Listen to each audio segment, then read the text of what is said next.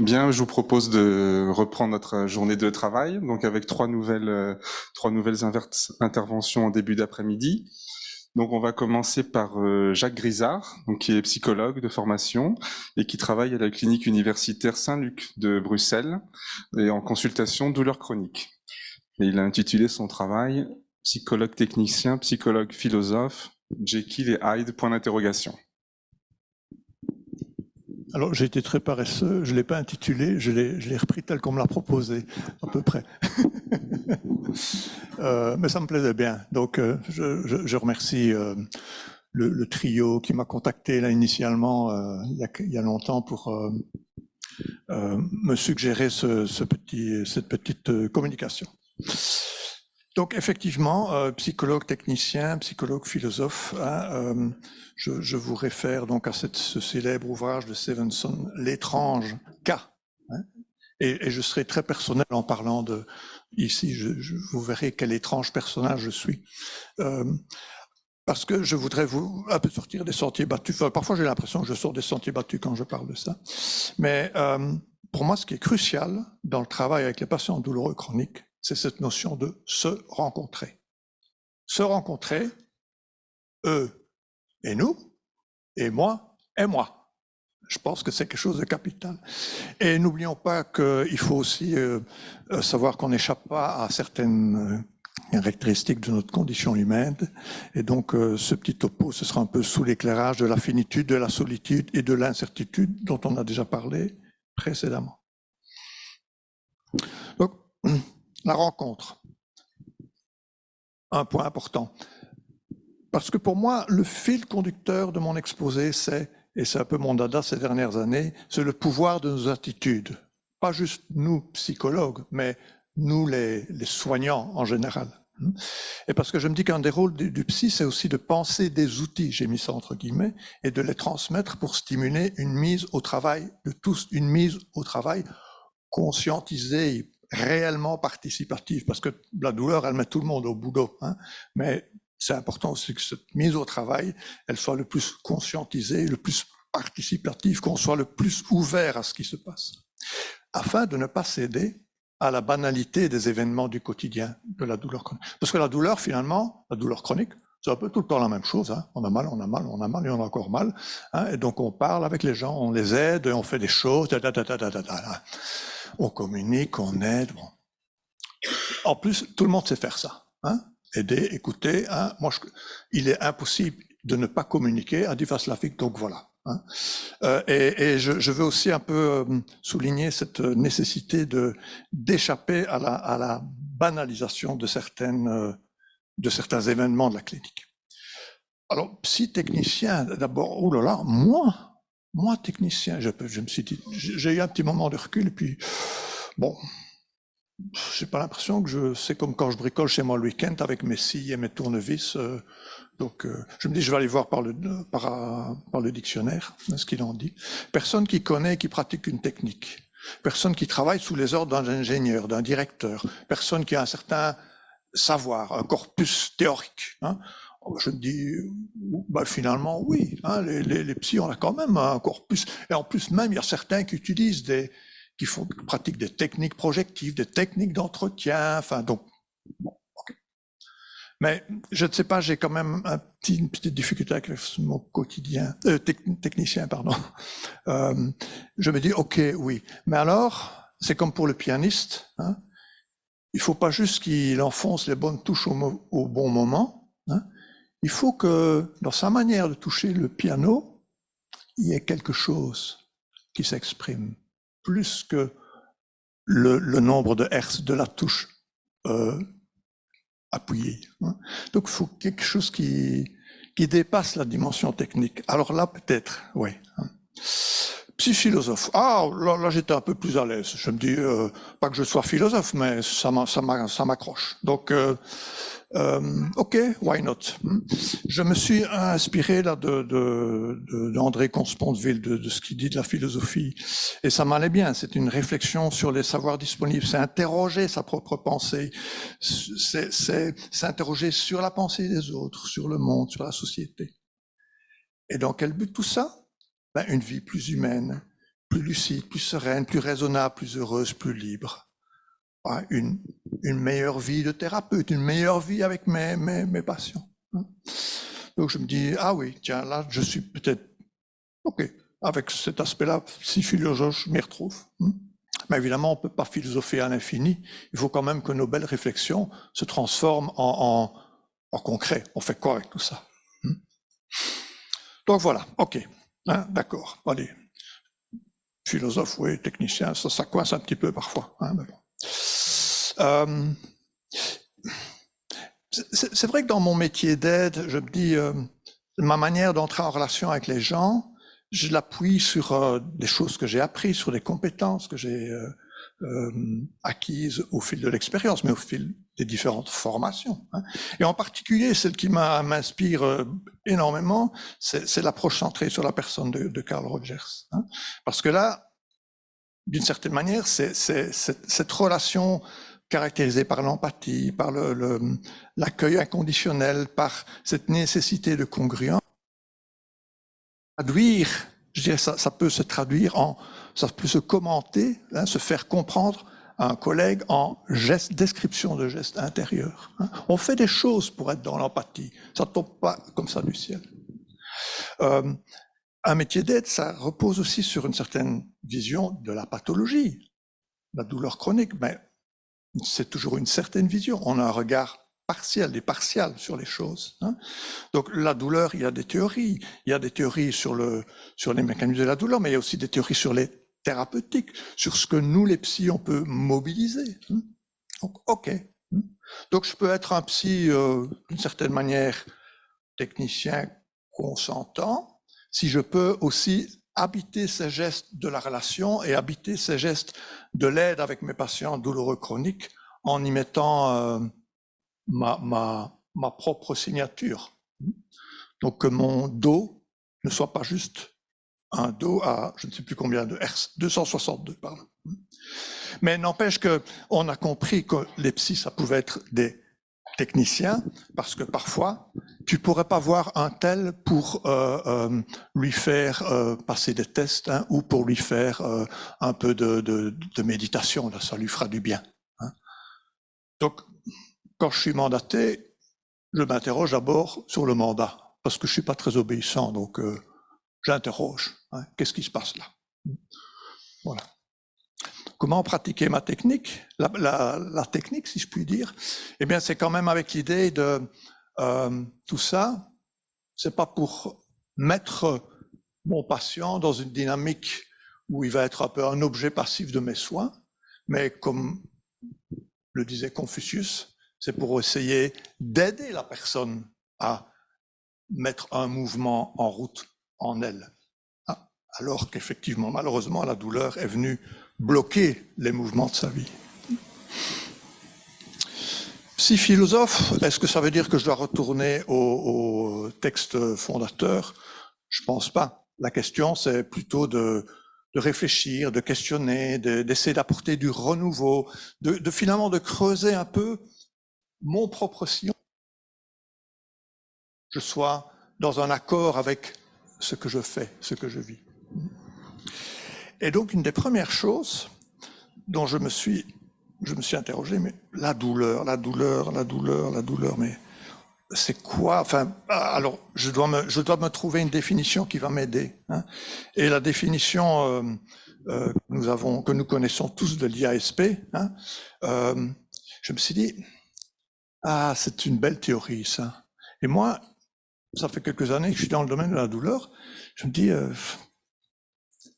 elle a un mot qui attire mon attention, c'est le mot expérience, mais dont j'attends des choses en termes d'attitude.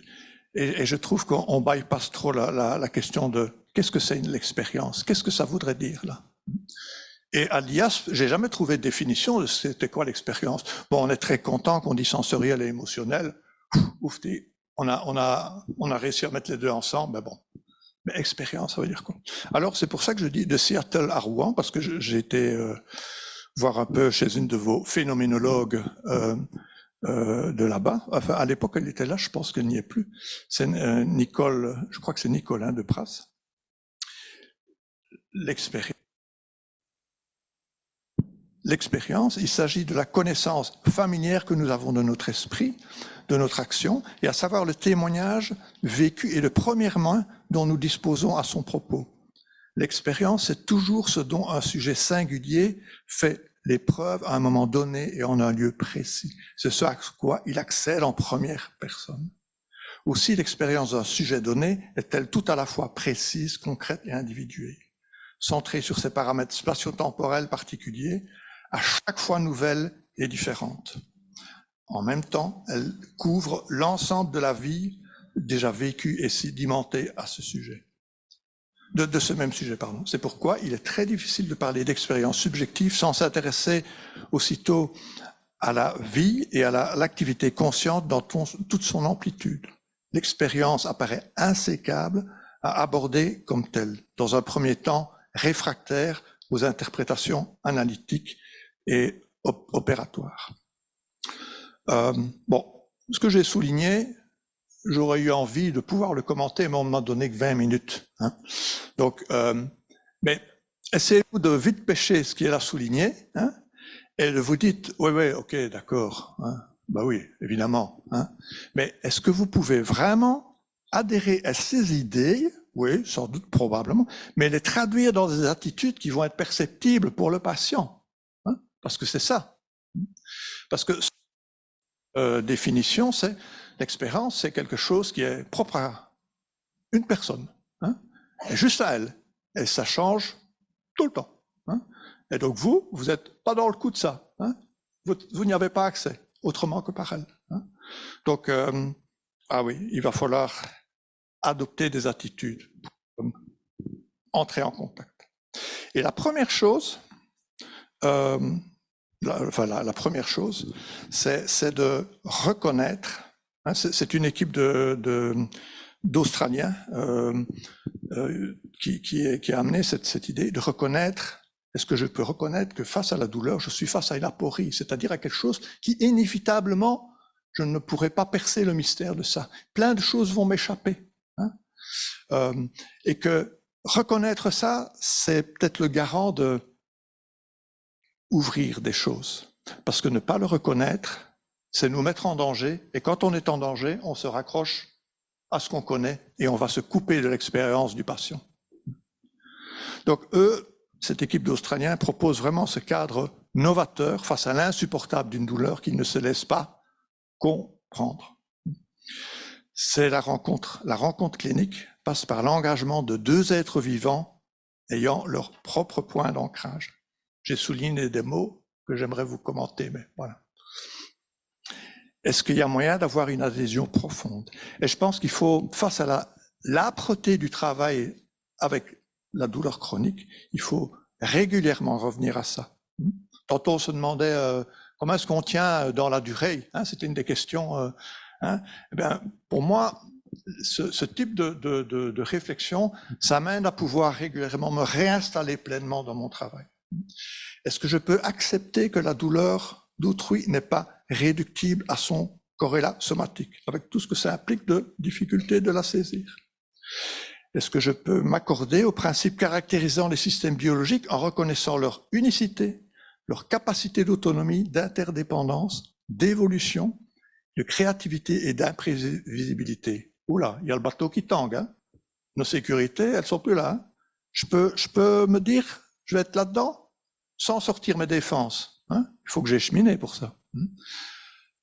Et est-ce que je peux adhérer à l'idée qu'il y a à effectuer un rapprochement entre le monde du clinicien et celui de la personne en souffrance? Voilà. Et pour qu'il y ait une véritable rencontre, hein, et là je fais référence à un philosophe israélien et autrichien qui est Martin Buber, hein, qui a écrit son livre le plus connu, c'est « Je et tu hein. ». Eh bien, pour qu'il faut une véritable rencontre, il faut être ouvert, disponible et prêt à la vivre. Donc il faut vraiment se mettre tout à fait dedans, penser. On n'est pas en pilote automatique là, hein. Attention. Donc qu'est-ce que ça change en moi si je porte ces notions dans mon fort intérieur? Voilà. Si je peux porter ça dans mon fort intérieur, alors je vais pouvoir créer un espace où nous allons, je dirais, danser ensemble, hein, avec les différents abords de la douleur, les différents regards de la douleur. Le mien, celui du patient, et tout ce que nous savons de la douleur. Hein, c'est ce que Nathalie de Prasse, elle appelle les approches en première, deuxième et troisième personne.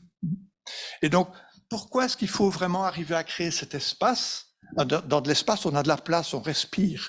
Quand on vous dit non, vous n'avez pas mal, ou qu'on vous regarde avec suspicion, vous n'avez pas de place. Hein. Vous ne pouvez que vous fermer, vous n'allez pas vous ouvrir à quelque chose. Hein. Et pourquoi faire ça? C'est pour aider à restaurer ce sentiment de prendre part à. Parce que la douleur, elle ampute de cette capacité. Donc, comment créer cet espace? Eh bien, s'il vous plaît, vous oubliez tout. Hein. Vous oubliez tout ce que vous savez. Hein. Et c'est la page blanche. Vous allez avec une page blanche à la rencontre de votre patient. Évidemment, ça c'est bien beau de dire une page blanche, hein, mais vous savez quand même pas faire une croix sur votre conscience, hein, tout ce qui vient en vous. Hein. Donc il faut aussi un peu arriver à mettre des barrières, hein, pour éviter, parce qu'on y évite, hein, on y évite à envoyer des choses de soi.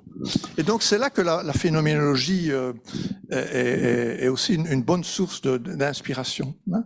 La réduction phénoménologique, c'est observer le plus directement les phénomènes tels qu'ils apparaissent à notre conscience. Voilà, fameux apprentissage. C'est un dépouillement complet pour être disponible à recevoir ce qui vient de l'autre et à tenir en suspens ce qui bouge en moi. Donc, la retenue est l'attitude centrale. Et c'est parce que je peux faire ça que quelque chose de transformateur est en train de s'éveiller en moi, mais aussi chez le patient et dans la relation. Parce que c'est parce que la personne en face de moi va sentir qu'elle a un espace, il ne suffit pas juste de mes intentions, mais il faut qu'elle sente qu'il y a un espace qui se crée, que les possibilités de déploiement thérapeutique de déploiement ou de redéploiement personnel vont être possibles. Voilà. Donc, on laisse la théorie pour le moment sur le côté. Hein, on est dans l'expérientiel. C'est d'abord ce qui est là. On s'ouvre à ce qui est là. Hein, mais pour ça, il faut aussi être capable. C'est Irving Yalom, qui est un psychiatre existentiel américain, qui a dit, à vrai dire, la capacité à tolérer l'incertitude est fondamentale pour les thérapeutes. Voilà. Donc, travaillons à partir de ce qui est là. Hein. Mais c'est pas facile de ne pas se faire contaminer par du prêt-à-porter. Hein. Donc, soyons prudents. Hein. Et ça demande un grand entraînement. Ah oui. Parce qu'il y a plein de choses qui viennent nous embêter. Hein. On veut que ça roule dans la vie. On veut être un bon thérapeute. On veut aider les gens. Hein. On veut que... 2 minutes. 3, merci. On veut que la réalité rentre dans les cases de nos rêves. Hein. Souvent. Ça, c'est j'ai enfin trouvé quand même un philosophe belge pour illustrer. C'est Jean-Michel Longniot. Je vous recommande de lire ce petit article. La souffrance des soignants et des médecins n'existe pas. Hein, pour dire, c'est notre condition humaine qui nous met les bâtons dans les roues parfois, hein, parce qu'on n'y est pas assez ouvert. Donc, et face à la personne que j'ai en face de moi, est-ce que je peux me dire, est-ce que je peux répondre à ces questions-là? Est-ce que je peux les traiter? Hein? Est-ce que je peux me préparer avec ces questions-là à aller à la rencontre de cette personne? Et ça, c'est aussi pour lui faire de la place avant la rencontre. Mais la rencontre, dans ces conditions-là, elle contient les semences d'un travail thérapeutique à construire.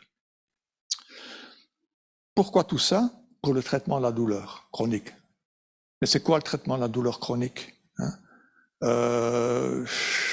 C'est faire partir la douleur. Mais j'ai entendu tantôt qu'en France, vous n'étiez pas très doué, hein, ça restait encore là.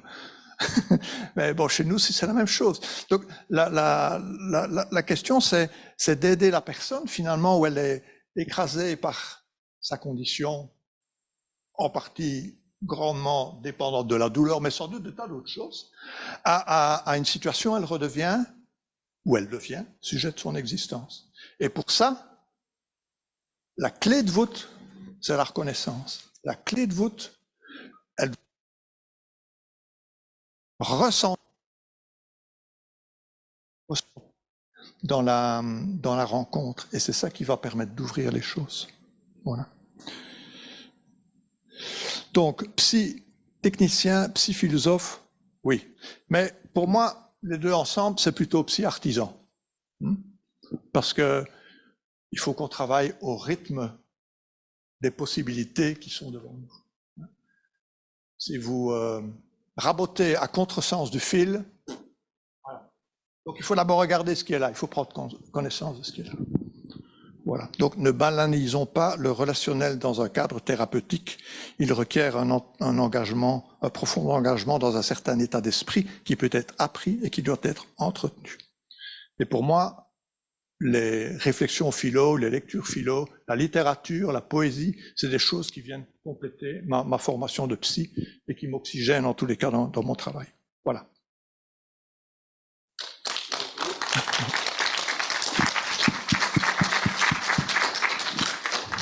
Merci beaucoup pour cette très belle intervention sur laquelle on reviendra tout à l'heure. Et donc on va accueillir Marion Richard pour le deuxième exposé, qui est docteur en psychologie et qui travaille en consultation de douleurs chroniques à l'hôpital Saint-Camille.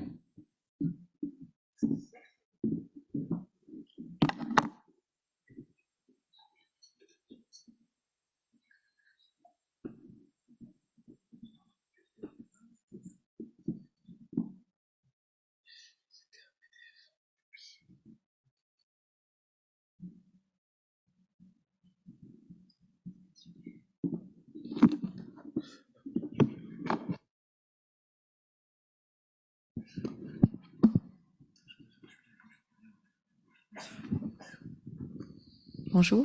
Oui, c'est bon.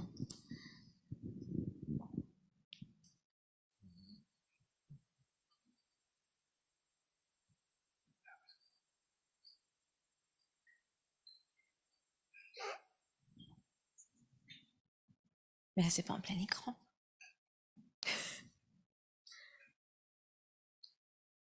C'est mieux. Oui. Vous voyez bien là? On laisse comme ça, on n'arrive pas à le mettre plus en grand écran. Ça vous va? C'est bon. Oui, c'est bon. Oui, oui. Merci. Merci, bonjour. Bonjour à tous et à toutes. Merci à mes collègues de m'avoir invité pour vous parler aujourd'hui de la question de ce que le psychologue apporte et rapporte en consultation d'études et de traitement de la douleur, enfin de manière plus générale, là, vis-à-vis de la thématique qui nous intéresse maintenant sur la question de qu'est-ce qu'il rapporte et qu'est-ce qu'il apporte dans les parcours de soins du patient. Donc en guise d'introduction, quand j'ai préparé cette intervention, je me suis posé plusieurs questions, mais il y en a deux qui sont revenues principalement. La première des questions, alors j'aime bien poser un peu, quand je fais des topos, j'aime bien me poser un peu des questions provoques.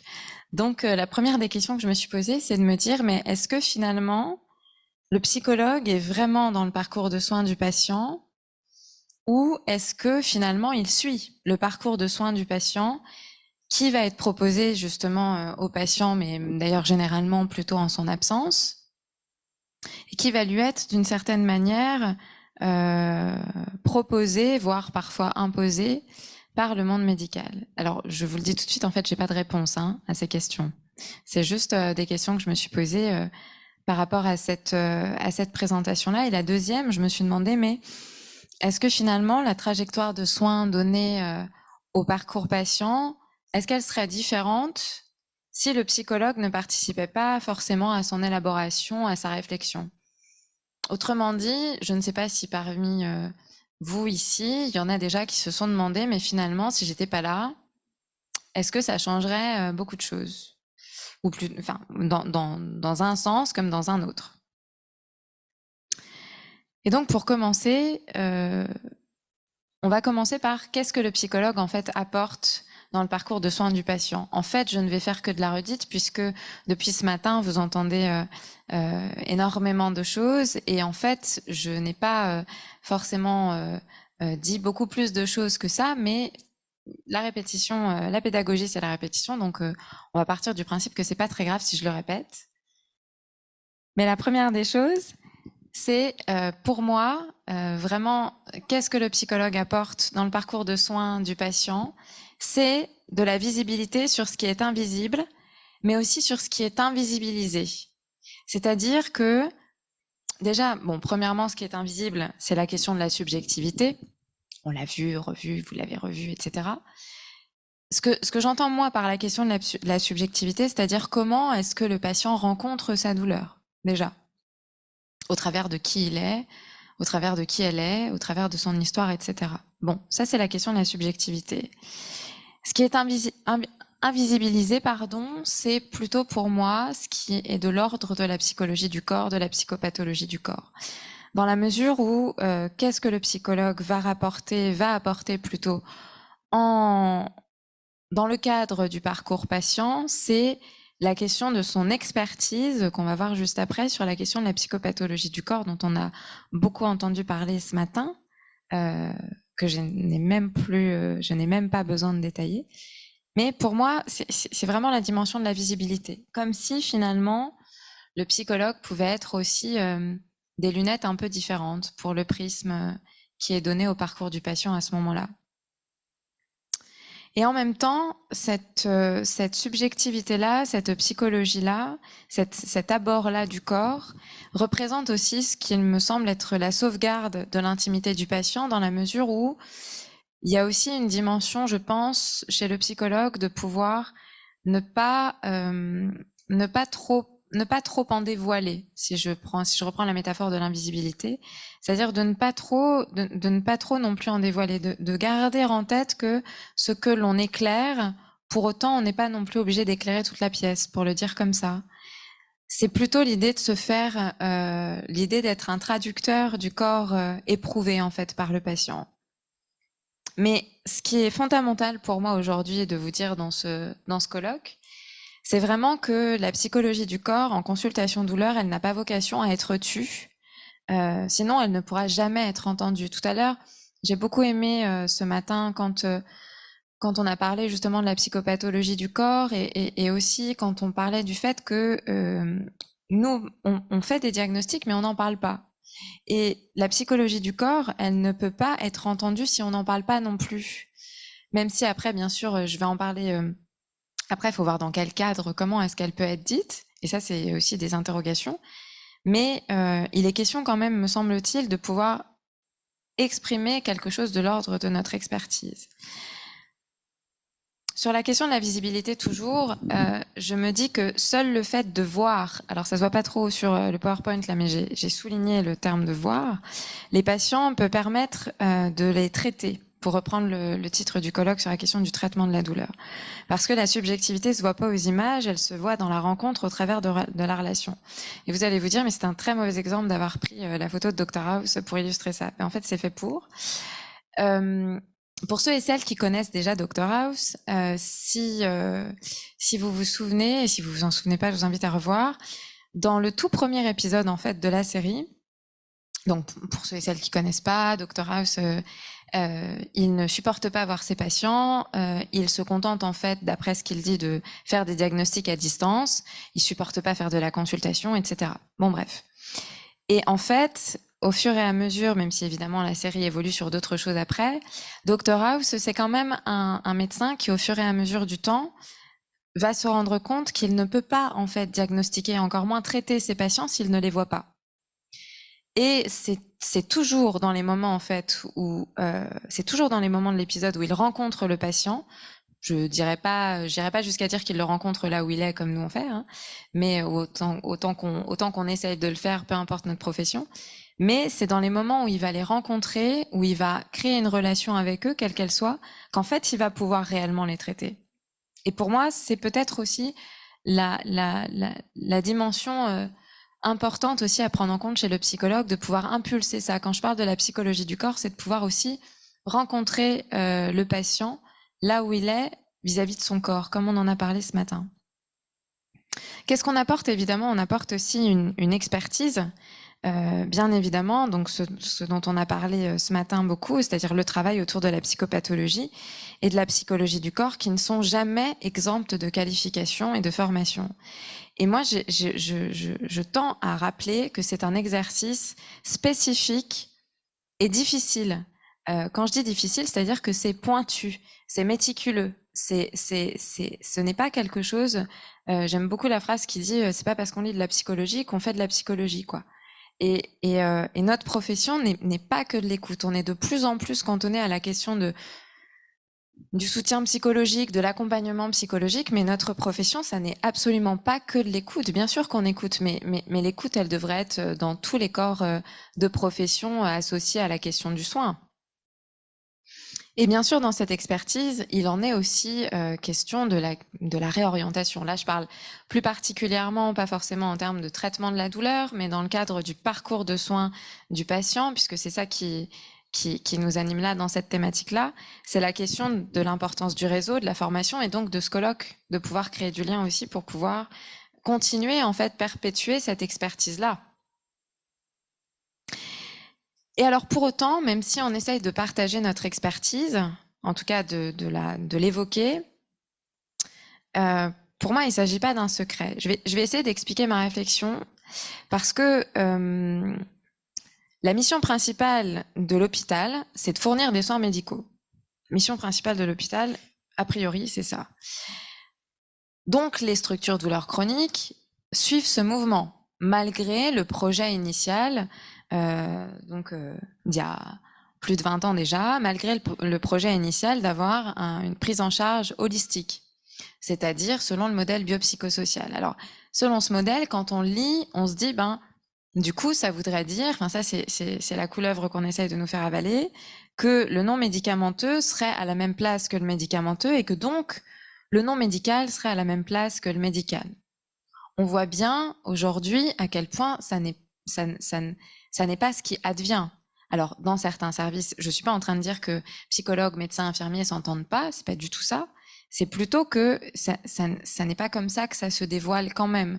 Il y a quand même, quoi qu'il en soit, une circulation plutôt verticale qu'une circulation horizontale, avec des prises de décision d'abord et avant tout médicales. Je suis pas en train de dire que c'est bien ou que c'est pas bien. Vous allez dire, elle prend pas tellement de parti. Mais en fait, c'est plutôt de dire que je suis pas là pour forcément juger ce qui se passe. Je suis plutôt là pour évoquer ce que je remarque dans cette présentation pour que derrière, vous puissiez aussi, vous, en faire des questionnements et qu'on puisse y répondre pendant les questions après.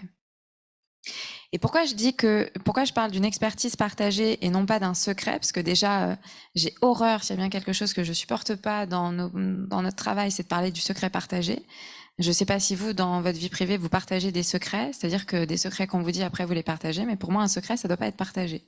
Donc la parole de ce qui nous est évoqué en consultation, elle n'a pas vocation à être partagée. Mais par contre, en effet, on doit partager notre expertise. On doit partager un certain nombre de choses. Et c'est une des réflexions qui ne vient pas de moi, ou en tout cas qui m'a été inspirée par un de mes collègues ici présents, Rémi Wang, qui en fait m'a fait réfléchir à comment est-ce que le ou la psychologue peut parler à partir de son expertise pour espérer être entendu, compris, mais surtout pour que ça soit utile à la démarche du parcours patient. Autrement dit, je reprends ce qu'on disait ce matin sur la question des diagnostics. Est-ce que finalement, si le psychologue clinicien évoque un diagnostic psychopathologique, est-ce que ça va vraiment être entendu? Comment ça va être entendu dans le parcours de soins du patient? Et pourquoi j'évoque ça? Parce que du coup, des fois, on a aussi tendance à du coup ne pas évoquer ces diagnostics-là, à peut-être parler un peu plus de ce qui nous est dit en consultation, parce que ça nous semble pertinent, attention.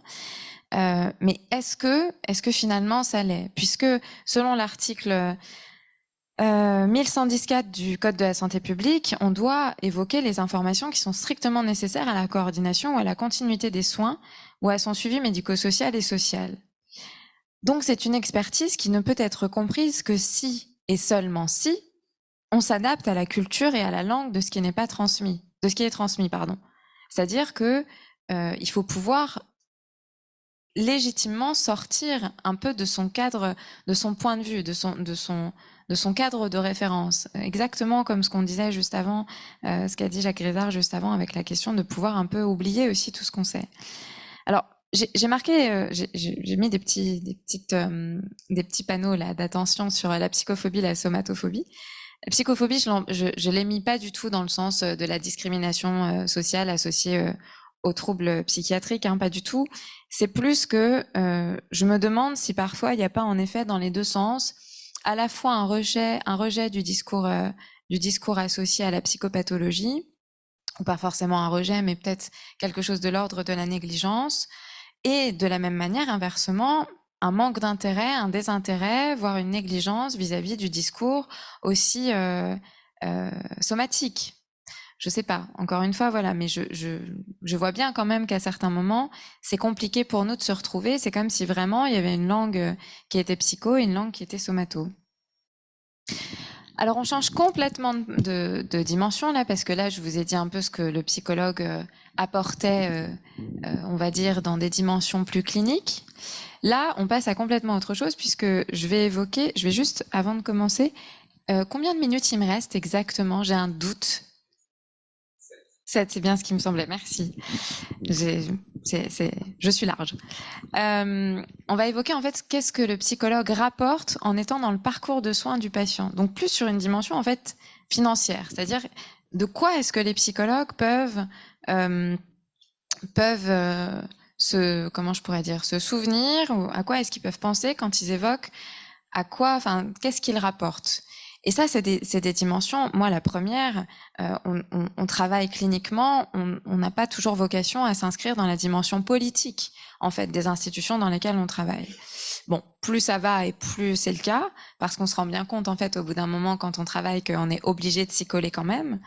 Mais la première des choses, même si évidemment, j'ai pas détaillé il faudrait une intervention entière pour pouvoir le faire. Il y a déjà une réelle complexité de la codification et de la reconnaissance financière des activités du psychologue à l'hôpital, en institution de manière générale, mais à l'hôpital en particulier.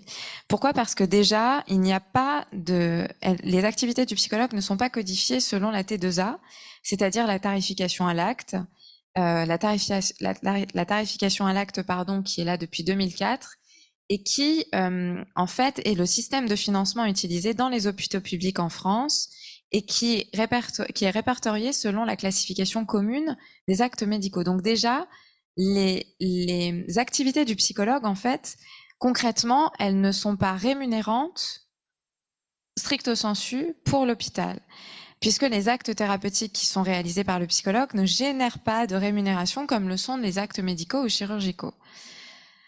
Donc ça, c'est la première des choses. Donc nos activités thérapeutiques, elles sont pas très très valorisées dans le parcours de soins du patient. C'est-à-dire que sans parler de la question de la traçabilité, du fait de qui a vu le patient, etc. en consultation, on est de toute façon pas très valorisé pour ça. Donc il y a la question des prestations intermédiaires. Les prestations intermédiaires, c'est quoi? C'est comme leur nom indique, c'est ce qui est intermédiaire, c'est-à-dire c'est pas de l'hospitalisation stricto sensu avec des nuitées, et c'est pas de la consultation, c'est ce qui est intermédiaire. Donc c'est tout le système, là je vous en ai mis 3 principaux, l'HDJ, l'HAD, le SSR, qui permet en fait, selon le code de la sécurité sociale, à travers la création d'un forfait, de rémunérer l'établissement de santé pour l'intervention coordonnée de plusieurs professionnels, notamment des psychologues, des diététiciens et des assistants socio-éducatifs, etc. Donc dans le cadre de ces prestations intermédiaires, les activités du psychologue sont rémunérantes en tant que telles pour l'hôpital, puisqu'elles participent en fait à ce qui est donné dans la dotation globale. Et on passe, alors là je saute encore plus de clinique en clinique, là on parle de ce que j'ai découvert en fait il y a quelques années grâce à Véronique Barfetti-Servignac qui est là, c'est la question des points SIGAPS. Quelque chose que je ne connaissais absolument pas. En fait, qu'est-ce que c'est les points SIGAP? C'est le système d'interrogation, de gestion et d'analyse des publications scientifiques. Vous allez vous dire, mais elle se perd, on est dans le cadre du parcours patient. Mais j'y viens, on est toujours dans cette question-là. En fait, cette nomenclature-là, elle permet d'évaluer l'activité scientifique des établissements de santé et des chercheurs. Donc, alors, désolé sur mon PowerPoint, je ne sais pas ce qui s'est passé il y a il y a le cyste qui a voulu se cacher derrière l'icône, mais c'est un système de classification et de valorisation des publications scientifiques. En fonction donc de la revue, c'est-à-dire littéralement de quelle revue c'est, quel facteur d'impact elle a dans le domaine scientifique concerné, du type d'article, c'est-à-dire est-ce qu'il s'agit d'un article original, une revue de la littérature, éditoriale, etc., et de la position de l'auteur sur la publication. Et à quoi ils servent ces points SIGABS directement? Vous allez me dire, mais oui, ok, bon, bah, c'est un truc qui permet de classer des revues scientifiques. Bon, à quoi ça sert? En fait, en pratique, c'est que plus une institution a un score SIGABS élevé, c'est-à-dire avec des chercheurs et des cliniciens qui publient, et plus en fait les ressources plus en fait cet hôpital-là peut recevoir, en fonction encore une fois de ce que je vous disais du type de revue, la position de l'auteur, etc., plus l'institution peut recevoir des ressources financières de la part des autorités de santé.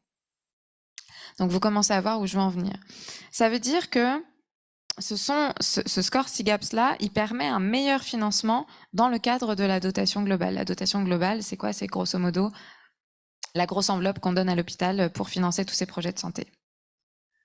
Alors, ça veut dire que si le psychologue publie, il y a une meilleure reconnaissance des contributions scientifiques des psychologues, et donc ça va forcément souligner l'importance de l'approche multidisciplinaire dans la recherche et la prise en charge des patients. Alors dans la recherche, je veux dire dans la recherche générale, pas dans la recherche de patients, on se comprend.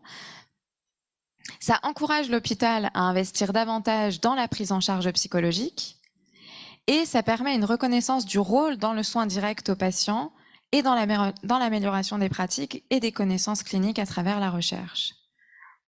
Et évidemment, c'est forcément un axe de négociation. À partir du moment où il y a des sous qui rentrent grâce à une activité identifiée, c'est forcément des axes de négociation. C'est pour ça que tout à l'heure, je vous parlais un peu de politique. Il y a forcément des dimensions où ça va permettre en fait des allocations de ressources pour la recherche, la formation et l'amélioration de la prise en charge psychologique. Donc en conclusion, ce que j'avais envie de vous dire, c'est que évidemment l'apport du psychologue, c'est une approche experte et singulière du corps. Mais ça, je ne fais que de la redite, vous le savez en fait déjà à partir du moment où vous êtes là. À partir de la psychopathologie de la douleur et de la psychologie du corps, qui ne peuvent être approchés qu'à travers de la subjectivité et du caractère idiosyncrasique de la douleur relatif à une personne. Ça, c'est la première chose, c'est-à-dire qu'il y a vraiment une dimension fondamentale de reconnaître que le psychologue apporte ça. Il apporte aussi, bien sûr, une expertise qui se doit d'être facilitante, bien sûr, c'est-à-dire que l'expertise n'est pas toujours facilitée, mais en tout cas, elle a vocation d'être facilitante pour le parcours de soins du patient, dans l'objectif en fait d'une meilleure prise en charge, toujours, d'une prise en charge en tout cas optimale. Et cette expertise, elle doit, à mon sens, être valorisée dans ce qu'elle rapporte pour apporter davantage de pertinence au parcours du patient. Et je vous remercie de votre attention.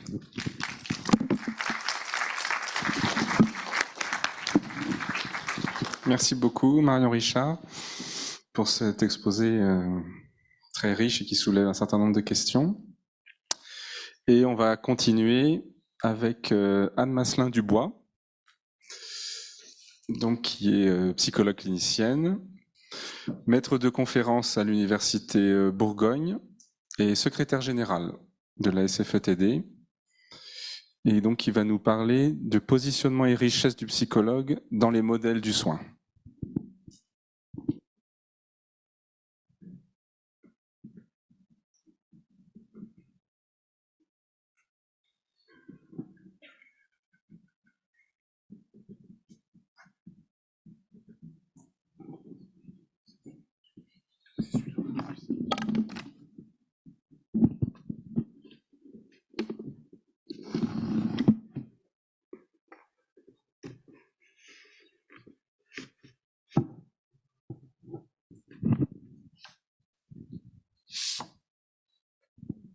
Merci beaucoup.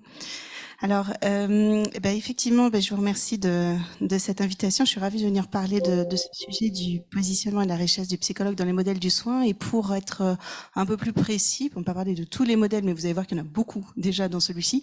Je vais vous parler plus précisément de l'éducation thérapeutique. On va voir ensemble à quelle théorie et quels sont les supports théorico-cliniques qui sont présents déjà au sein de l'éducation thérapeutique, et puis quels sont les effets psychologiques et bien sûr le rôle du psychologue dans ce dispositif. Alors, l'éducation thérapeutique, elle est fréquemment proposée dans le parcours du patient douloureux, notamment dans les structures douleurs. Et la définition de l'OMS, c'est que l'éducation thérapeutique vise à aider les patients à acquérir ou maintenir des compétences dont ils ont besoin pour gérer au mieux leur vie avec la maladie chronique. Donc elle fait totalement partie intégrante, vraiment, et de manière permanente de la prise en charge du patient. Et elle va comprendre un certain nombre d'activités qui sont organisées avec une équipe pluriprofessionnelle. Donc elle a pour but d'aider le patient, mais aussi leur famille, à mieux comprendre la maladie, les traitements, à essayer de travailler de manière collaborative avec une équipe et à assumer les responsabilités dans sa propre prise en charge, donc pour amener à maintenir et améliorer une qualité de vie. Donc les finalités en fait de l'éducation thérapeutique, c'est d'abord l'acquisition de compétences d'auto-soin et puis d'aller mobiliser et acquérir des compétences d'adaptation à la maladie. Donc en clinique de la douleur, plus spécifiquement, on va essayer de faciliter l'acquisition de compétences psychosociales liées à la gestion de la douleur et puis d'encourager l'autonomisation du patient dans sa prise en charge. Alors bien sûr, ça s'appuie de fait sur ce modèle biopsychosocial, c'est-à-dire que vraiment à l'image de la prise en charge, c'est festif. Donc le modèle biopsychosocial, on est tous derrière, à l'image de la prise en charge pluridimensionnelle de la douleur, les programmes d'éducation thérapeutique vont être construits, pensés avec des équipes pluriprofessionnelles, en essayant vraiment de croiser les regards, les compréhensions de l'expérience douloureuse. Et bien que on soit, pour des questions de paradigme théorico-clinique et de discipline et de compétences ciblées sur des réductions à des entités opérationnalisables et mesurables, il n'en reste pas moins que tous ces facteurs cognitifs, émotionnels, comportementaux sont bien évidemment en étroite interaction et sont liés. Donc ici, en fait, l'ETP, c'est un dispositif de soins multimodal qui va rendre possible un travail psychologique. C'est en fait un excellent accélérateur de changement, c'est même presque parfois un levier thérapeutique pour aller mobiliser physiquement et psychiquement le patient. Alors le psychologue. Le psychologue, dans ce dispositif, il va être impliqué à plusieurs niveaux. D'abord, il va être impliqué dans la construction même du programme, mais aussi dans l'élaboration du diagnostic éducatif. Il va animer les groupes, proposer des interventions donc psychoéducatives, il va apporter un soutien psychologique et enfin, il va permettre l'évaluation de l'ETP. En outre, le contenu et les objectifs de l'ETP ne peuvent pas se faire sans le patient. Donc, il va falloir travailler vraiment avec le patient au risque d'imposer nos propres attentes de soignants et d'augmenter les résistances du patient. Et puis d'autre part, le psychologue va aller aider à personnaliser les objectifs, vraiment à essayer d'identifier même les résistances au changement chez le patient, de manière à pouvoir accompagner ce processus de changement, puisque comme vous le savez, comme on l'a vu aujourd'hui, la douleur a une fonction dans l'économie psychique du patient. Alors ce que je vous propose, c'est d'abord d'aller regarder vraiment les théories qui sont sous-jacentes dans l'éducation thérapeutique. Vous allez voir qu'il y en a beaucoup. Et puis d'autre part, on va aller regarder ensuite en termes de techniques thérapeutiques, quel est le rôle du psychologue, quels sont les effets psychologiques qui sont opérants. Alors d'un point de vue épistémologique, d'abord l'ETP s'est développée sous l'influence des théories médicales, psychologiques, philosophiques et pédagogiques. Donc elle se situe vraiment au carrefour de différents champs théoriques et elle va aller emprunter de ce fait des concepts pluriels, notamment dans le champ de la psychologie. Et elle va bien sûr évoluer en fonction des politiques de santé. Alors on a ces différents modèles, l'evidence-based medicine, les théories psychodynamiques, les théories de l'attachement, les TCC, les théories cognitivo-comportementales, les théories humanistes et bien sûr la part importante de la pédagogie active. Alors pour préciser les choses, l'EBM, l'Evidence-Based Medicine, justifie des décisions médicales qui sont personnalisées. Alors à 3 niveaux. D'abord au niveau des preuves graduées de données cliniques issues de la recherche, mais aussi au niveau de l'expertise du jugement du clinicien. Et enfin, elle tient compte de la situation du patient et des conditions psychosociales et culturelles. De ce fait, eh bien, il y a des recommandations qui sont érigées en normes et qui ont de ce fait aussi modifié un certain nombre de pratiques médicales en apportant une normalisation de l'activité médicale qui devient plus technique, plus évaluatrice et plus systématique. En revanche, il y a quand même un écueil dans l'interprétation que nous avons aujourd'hui de l'EBM, puisque comme vous le voyez dans la définition, eh bien finalement, on ne tient pas compte de l'expérience subjective de la maladie. Or, déjà, dans cette définition, on mentionnait pourtant initialement l'expérience clinique du patient, mais aussi du soignant, et bien sûr, on tenait compte des aspects holistiques liés au patient. D'autre part, eh bien, l'ETP va emprunter des modèles liés aux théories freudiennes, des concepts par exemple comme le deuil ou le narcissisme ou les mécanismes de défense du moi. On connaît également tout le travail sur le deuil qui a donné lieu à des processus d'acceptation de la maladie chronique. Et puis on connaît également eh bien, la partie importante des styles d'attachement donc de Bowlby avec ces styles d'attachement qui sont forgés dans la petite enfance et qui vont avoir un rôle déterminant dans la confiance en soi et aux autres à l'âge adulte ainsi que dans nos capacités d'empathie. Quand on regarde justement chez nos patients douloureux, on sait qu'on a beaucoup de patients, il y a vraiment une prévalence importante de patients qui ont des troubles de l'attachement et qui vont se manifester avec un nomadisme médical dans le parcours du patient douloureux, avec des sentiments d'abandon, mais aussi parfois en fait avec un envahissement du patient dans la relation de soins. Et donc, ça va être tout un enjeu et toute une difficulté d'aller instaurer une relation de soins qui puisse être sécure dans ce parcours, avec une juste distance, d'ailleurs une distance qui va être même à construire avec le patient, tout en contenant les angoisses du patient. Alors, on arrive aux années 70. Dans les années 70, les TCC apportent une approche encore un petit peu différente, même si elle se fonde beaucoup sur l'EBM. Elle se veut scientifique, elle repose sur l'expérimentation, sur l'évaluation quantitative, sur la reproductibilité des résultats et sur l'efficacité thérapeutique. Et on voit qu'il y a un certain nombre de techniques qui existent, d'exposition comportementale, de relaxation, de médication, de pleine conscience. Les TCC vont influencer la psychologie de la santé, avec justement des mesures qui sont quantifiées. Et puis on voit apparaître aussi des interventions qui sont fondées sur la méditation de pleine conscience et qui vont intégrer les programmes d'éducation thérapeutique. Dans les années 90, on a également des thérapies contextuelles, comme les thérapies d'acceptation et d'engagement, qui vont également apporter de nouvelles conceptions, en essayant par exemple de se centrer davantage sur la relation du patient avec ses douleurs. Et tous ces apports, en fait, vont encore une fois, intégrer les éducations thérapeutiques. Alors pour finir, eh bien, les pédagogies actives qui partagent des valeurs de la psychologie humaniste vont également participer et apporter en fait leur modèle de compréhension et leurs techniques. On a des modèles de pédagogie active qui vont suivre 2 processus que l'on retrouve encore en ETP. D'une part, le fait d'avoir une pédagogie par objectif, c'est-à-dire qu'on répète une action jusqu'à obtenir l'objectif attendu, ou bien un processus de construction et de déconstruction des savoirs en partant dans ce cas-là des connaissances et des représentations du patient, et puis en essayant ensuite de les remanier pour aller intégrer de nouvelles connaissances.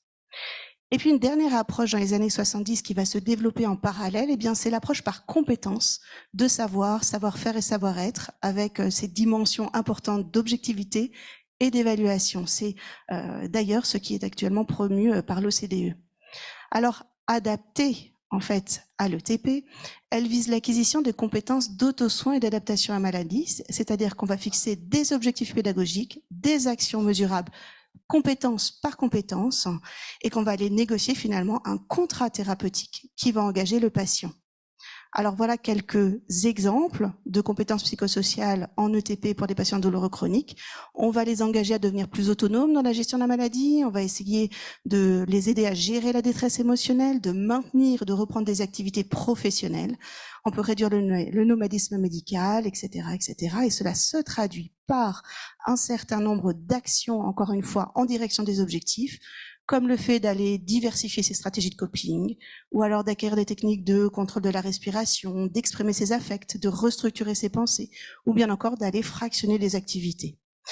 Je vous propose d'aller regarder plus concrètement comment ça se passe en vous faisant part peut-être de... Non, je ne vais pas parler d'un programme en particulier, mais j'ai mis en place différents programmes dans différents centres antidouleurs et je vous propose un peu ce modèle-là que l'on retrouve qui est assez cohérent par rapport à ces différents programmes. D'abord, dans les programmes que nous avons mis en place, on voit qu'il y a plusieurs temps d'action. On a un premier temps qui va être ce temps d'éducation thérapeutique et d'entretien psychologique d'évaluation, je vais revenir dessus après, qui va être un temps de définition des objectifs, mais c'est aussi le moment de l'évaluation, notamment en s'appuyant sur des questionnaires. On a un deuxième temps qui est justement le temps du programme en soi, qui va se poursuivre de manière hebdomadaire, à raison d'à peu près 2 heures par semaine, pendant 8-9 séances, et on garde des groupes qui sont relativement limités, qui se limitent à 7, 8, parfois éventuellement 9 patients par groupe. On revoit dans un troisième temps les patients en individuel à l'issue de l'ETP, ça c'est vraiment un temps important, je vais revenir aussi dessus, et on peut rappeler les patients, ce qu'on appelle la séance de groupe rappel, a posteriori, 3 à 6 mois dans le temps, mais pour garder un lien avec le patient et vraiment évaluer aussi le maintien finalement des comportements dans le temps. Un point important, c'est cette animation en binôme, c'est-à-dire qu'il y a le médecin de la douleur, il y a le psychologue qui co-anime ce groupe, et puis il y a aussi le kinésithérapeute qui fait alliance aussi avec le psychologue, et là aussi, je vais revenir dessus au niveau des différentes étapes qui accompagnent cette éducation thérapeutique. D'abord, l'entretien psychologique d'évaluation et le diagnostic éducatif, c'est vraiment une étape indispensable. Indispensable à quoi? Eh bien, indispensable à la rencontre. Indispensable à aussi ce temps d'évaluation qu'on l'on demande en éducation thérapeutique du patient avec des objectifs qui soient personnalisés, c'est-à-dire singuliers. Il ne s'agit pas d'objectifs d'éducation thérapeutique globaux, mais il s'agit vraiment du patient que l'on a là, en fonction de ses difficultés, de ses ressources et de ses envies. C'est un diagnostic éducatif qui peut être réalisé par le psychologue, à condition qu'il y soit formé à l'ETP. Et puis, on a un certain nombre de thèmes. Je vous ai rapporté des thèmes dans le cadre d'un entretien semi-structuré qui vont porter autour de l'anamnèse, de l'histoire de la douleur, des comorbidités psychopathologiques, des facteurs de déclenchement, de maintien, de renforcement des douleurs, mais aussi du vécu du patient, de ses comportements d'évitement, des stratégies qu'il met déjà en place pour essayer de gérer la douleur, de ses attentes, et encore une fois, on définit les objectifs. Alors, il s'agit d'un entretien clinique. Ça veut dire aussi que c'est le moment d'aller diagnostiquer des troubles psychopathologiques, d'aller présenter en fait au patient toute cette dimension en fait expérientielle qu'il vit avec ses douleurs et d'aller bien comprendre ce qui est en jeu. Donc c'est un temps de rencontre avec le patient. Et Lacroix nous dit que l'approche clinique et pourquoi pas narrative permet une rencontre en relation qui ouvre l'espace d'une co-création singulière prémisse d'une alliance thérapeutique. Donc, il s'agit d'aller entendre l'histoire singulière, l'histoire de la douleur singulière de notre patient, et que le patient puisse vraiment se saisir de cet espace pour aller exprimer ses ressentis, pour livrer ses angoisses, pour parler de ses incertitudes par rapport à l'évolution des douleurs, des limites qu'elle impose dans sa vie quotidienne. C'est un temps de narrativité qui va permettre la mise en mots des éprouvés. Et donc, le psychologue, par son écoute, va pouvoir permettre en fait au patient d'aller investir cet espace-là et d'aller faire connaissance en fait avec son patient, de lui permettre d'exprimer cette expérience subjective. Donc, on est bien au-delà d'un diagnostic éducatif strictement centré sur des objectifs de récupération physique. C'est un entretien qui devient un espace thérapeutique, favorisant la reconstruction de soi à travers une mise en récit et des processus de narrativité. Alors l'écoute et la communication, ce sont vraiment les prémices de cette alliance thérapeutique qui vont faciliter la co-construction de l'espace thérapeutique. On va par exemple avoir recours à la reformulation empathique, vous savez comme on l'a décrit en psychologie humaniste, et le patient va pouvoir se sentir entendu dans son discours qui est reformulé avec une certaine empathie. Dans un deuxième temps, l'objectif thérapeutique en soi. Je vous disais que les objectifs sont déterminés selon les compétences psychosociales. Ça veut dire quoi? Ça veut dire qu'on a des comportements qui vont être opérationnalisés en unité de mesure, avec des critères de réussite. Par exemple, je vais marcher 30 minutes par jour sur un terrain plat. Donc, on spécifie les choses. Et pourtant, on a des questions par rapport à ça. C'est-à-dire qu'en tant que psychologue, on ne peut pas ne pas s'interroger sur la nature des objectifs, sur cette recherche peut-être de prescription d'objectifs qui soient réalisables en plus dans un temps délimité du programme d'éducation thérapeutique. On est face à la chronicité de la douleur. Et il est fréquent d'aller rencontrer des facteurs de maintien du comportement douloureux qui vont limiter les capacités d'adaptation du patient, ou tout de moins, qui vont nécessiter un accompagnement global qui implique une temporalité différente de celle de la prise en charge que l'on propose ici. Par exemple, lorsqu'il y a un diagnostic psychopathologique qui est posé, une prise en charge psychologique peut être mise en place de manière soit concomitante, soit tout simplement on peut différer l'ETP. En fait, ça va être une réflexion pluriprofessionnelle qui va être à discuter en fonction du choix, de la pertinence de l'indication de l'ETP, et puis bien sûr du moment opportun pour le proposer. Enfin, je trouve que c'est intéressant d'aller regarder du côté des thérapies d'acceptation et d'engagement parce qu'elles proposent aussi des perspectives cliniques ici qui sont assez pertinentes puisqu'ils souhaitent augmenter la flexibilité psychologique en poursuivant des actions en direction des valeurs et non en direction d'un objectif quantifiable. La valeur ici, c'est un facteur motivationnel qui va créer un désir de changement et qui permet de se redéfinir en tant qu'individu qui ne se résume pas seulement à ses douleurs.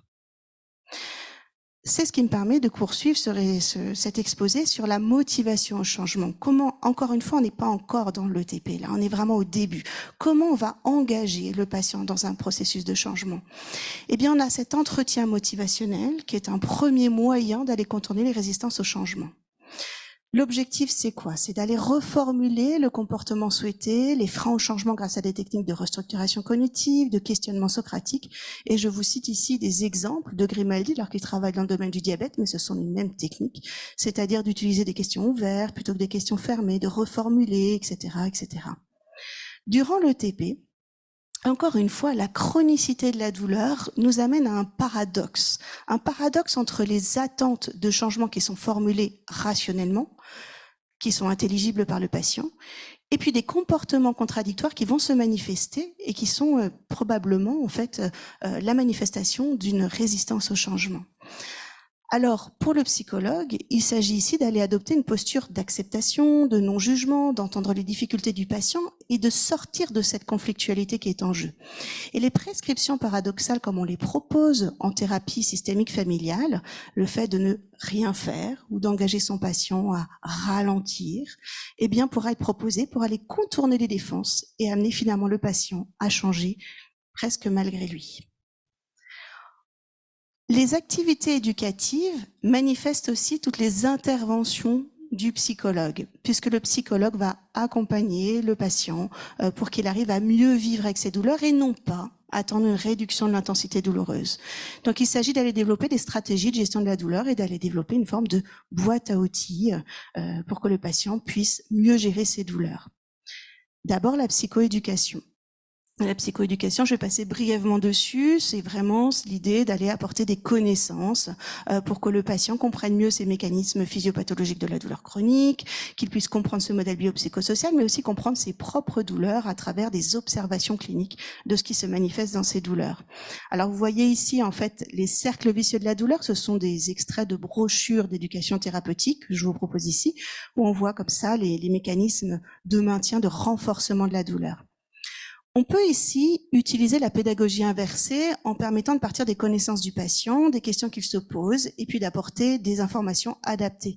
En fait, les connaissances qui sont intégrées sont d'autant plus facilement intégrées qu'elles correspondent aux attentes du patient. De ce fait, on va travailler sur les représentations et les croyances de la douleur qui sont souvent présentées comme un obstacle à la mise en place de nouveaux comportements de soins. Donc, pour promouvoir les apprentissages, les savoirs sur la maladie, eh bien, on recommande de partir de ces représentations. Et lorsque le conflit de point de vue émerge au sein du groupe, la confrontation va permettre de faire évoluer les représentations, de nuancer ces croyances, et puis d'aller développer de nouvelles conceptions. Et là encore, vous voyez des exemples de croyances qui ont été rapportées par les patients. Eh bien, ici, le psychologue va apporter sa contribution, mais dans la déconstruction et dans la reconstruction de savoir, en identifiant ses croyances et en travaillant sur la représentation de la maladie et de soi. La restructuration cognitive est un outil qui va permettre de modifier ses contenus de pensée. Donc, elle porte sur des cognitions, encore une fois des croyances, par exemple le catastrophisme. Et c'est un apprentissage qui est proposé non pas en proposant cette technique d'emblée, mais en travaillant à partir d'observations de soi. Ici, vous avez un journal d'observation, ce qu'on appelle les colonnes de Beck, où le patient va aller raconter une situation. Et vous voyez qu'elle est décortiquée. On parle de la situation, à quel moment est-ce qu'il a eu mal, quelles sont les émotions qu'il a identifiées, les sensations physiques qui ont été éprouvées au niveau corporel, quelles ont été ses pensées automatiques, c'est-à-dire qu'est-ce qui s'est dit à ce moment-là, les comportements qui ont été mis en place et quelles conséquences ça a eu.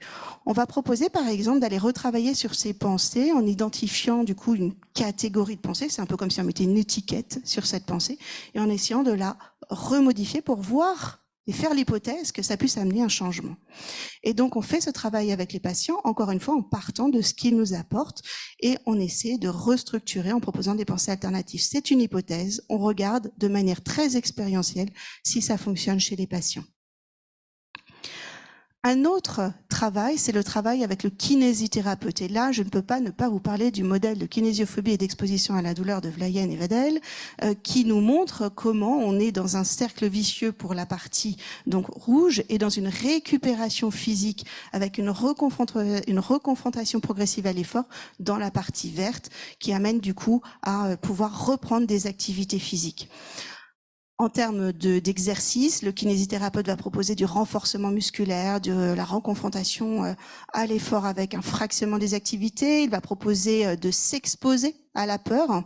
Et ici, ce qui est important, c'est vraiment cette association, ce binôme psychologue-kinésithérapeute qui permet ces exercices de remise en mouvement avec un travail de gestion du stress, d'exposition comportementale et d'aller dépasser des blocages psychologiques liés à la peur de déclencher des douleurs. Donc c'est vraiment un travail qui représente bien cette collaboration du binôme kinésithérapeute-psychologue qui est nécessaire à l'exposition comportementale. Le travail sur le corps va se faire à travers des techniques de relaxation, de méditation de pleine conscience. Et ici encore, on est dans une démarche expérientielle, c'est-à-dire qu'elles vont se faire en groupe et on va avoir un temps de partage d'expérience avec chacun des membres du groupe et ainsi qu'un temps d'entraînement à la maison avec ce qu'on appelle des tâches assignées. La méthode de relaxation Jacobson et Schultz nous permet en fait d'aller travailler sur des groupes musculaires progressivement pour arriver au fur et à mesure à une détente globale du corps. On a des bénéfices qui sont quand même assez rapides et ce qui est intéressant avec les patients, c'est qu'en fait, ils ont une telle centration sur leur corps qu'ils arrivent assez facilement à pouvoir décrire ce qui est en lien et à un moment donné, ce que l'on souhaite, eh bien, c'est bien sûr d'aller travailler le lâcher-prise et puis d'amener le patient à même des processus de régression. Concernant la méditation de pleine conscience, c'est encore différent. Ici, on n'est non pas sur un changement au niveau des sensations physiques, mais on accompagne les sensations physiques, comme le dit Kabat-Zinn, en portant de manière intentionnelle l'attention sur l'expérience moment après moment, sans porter de jugement, c'est-à-dire avec curiosité et bienveillance. Ça n'est pas de la distraction, ça n'est pas non plus de la dissociation, on est volontairement attentif aux sensations corporelle, sans y ajouter une charge cognitive ou émotionnelle. C'est vraiment un entraînement qui se fait quotidiennement pour développer des capacités à accompagner finalement la crise douloureuse dans sa composante primaire. Enfin, les thérapies d'acceptation et d'engagement nous permettent de travailler l'expérience de la pathologie douloureuse qui, vous savez, suit des trajectoires similaires à celles du travail du deuil dans la maladie chronique, sur l'acceptation. Et donc, on va aller travailler sur l'ambivalence et les mécanismes de défense qui montrent comme des tentatives d'adaptation à cette chronicité de la pathologie douloureuse qui va induire une rigidité répétitive de certains comportements. Ici, en travaillant sur des techniques thérapeutiques comme celle des processus d'acceptation, eh bien, on voit en fait que l'acceptation et la diffusion cognitive vont finalement permettre une certaine ouverture à la douleur et donc d'aller favoriser une flexibilité psychologique. Voilà pour les interventions et les effets thérapeutiques, mais comme vous le savez, il y a aussi ce temps d'évaluation. Alors, ce temps d'évaluation avant le TP et ce temps d'évaluation en fin de TP. Je ne vais pas revenir sur les questionnaires, vous les connaissez tous. L'idée, c'est de revenir sur ce qui se passe dans cette précision quantifiée sur ces différents éléments et ce qui se passe finalement aussi autour. En fait, il est très important que l'interprétation puisse être réalisée par le psychologue selon des hypothèses cliniques qui sont posées au cours d'un entretien clinique qui va pouvoir permettre aussi aux patients de pouvoir aller intégrer une nouvelle compréhension, conception de soi. Donc le psychologue va vraiment veiller à ce que cette information puisse être discutée et intégrée progressivement. D'autre part, la question du bilan individuel en post-TP est aussi un espace d'échange qui permet de faire le point sur les objectifs qui ont été atteints, d'aller rediscuter sur les points d'amélioration, les difficultés persistantes. Et ici, on n'est pas seulement sur des données chiffrées, encore une fois, mais on va aller évaluer le chemin parcouru en s'enrichissant du discours du patient. Un dernier mot sur l'alliance thérapeutique, qui occupe vraiment une place importante. Les effets thérapeutiques ici sont essentiels. Ils vont pouvoir être appréciés grâce à l'instauration de cette alliance thérapeutique. Et enfin, on n'en parle pas assez à mon sens, la dimension groupale qui est présente dans les groupes d'éducation thérapeutique, qui est vraiment un espace d'identification entre patients et qui peut apporter vraiment un étayage du patient. En fait, les patients arrivent parfois à maintenir des liens, c'est assez étonnant, à rompre cet isolement social qui s'est installé. Et puis, on voit que ce groupe est vraiment un catalyseur de changement qui soutient le patient dans ses apprentissages. Alors, pour conclure, eh bien, l'ETP, on voit que dans ces moyens qui sont proposés, on a des outils de gestion de la douleur qui sont proposés aux patients, que le patient va mettre en place de manière autonome. En revanche, c'est aussi un dispositif en soi. Et ça peut être presque un dispositif thérapeutique dans lequel va se déployer des processus psychiques individuels et groupaux à condition que le psychologue puisse occuper cette place-là et pouvoir y être attentif et le travailler avec le patient. Il y a également une co-construction des soins dans une collaboration patient-soignant. Et on voit que le psychologue participe pleinement dans cette éducation thérapeutique en apportant sa compréhension clinique des processus psychiques à toutes les étapes de l'ETP. Il soutient les processus psychothérapeutiques, il accompagne cette autonomisation du patient, il aide le patient dans sa compréhension et sa redéfinition de soi. Donc la pluralité, vous l'avez vu, des modèles théoriques du soin nous amène finalement à déconstruire nos savoirs dans notre champ de référence, qu'il soit médical, psychologique, sociologique, philosophique, et à nous remettre en question dans nos conceptions parfois très dichotomiques ou clivantes. Et probablement, c'est un point de vue, mais le rôle et les missions du psychologue de demain, de son équipe dans ce travail en ETP, seront d'aller renforcer la construction d'une clinique pluriprofessionnelle de la douleur, d'aller transformer les pratiques en se centrant sur la singularité du patient, et puis en dépit des injonctions de performance professionnelle, de réduction budgétaire, comme on vient de l'entendre, d'aller humaniser les soins en respectant la temporalité individuelle dans le parcours du patient. Voilà, je vous remercie de votre attention.